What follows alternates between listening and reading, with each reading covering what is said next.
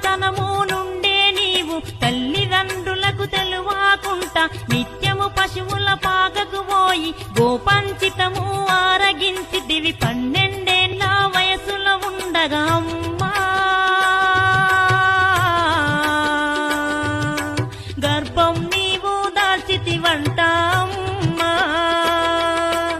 నీ తోడబుట్టిన అన్నలు నీపై కన్నెర్ర చేసి కక్షగట్టిరి చేను కాడికి సత్తి దెమ్మని నిన్ను చంపుటకు పథకమేసిరి పత్తి కట్టెలా చితిని పేర్చిరి అమ్మా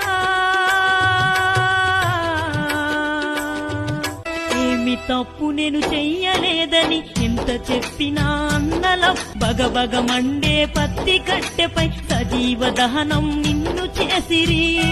శోధించుకుంటా పరమేశుని వేడుకున్నవట శ్రీ లక్ష్మీదేవి ఆ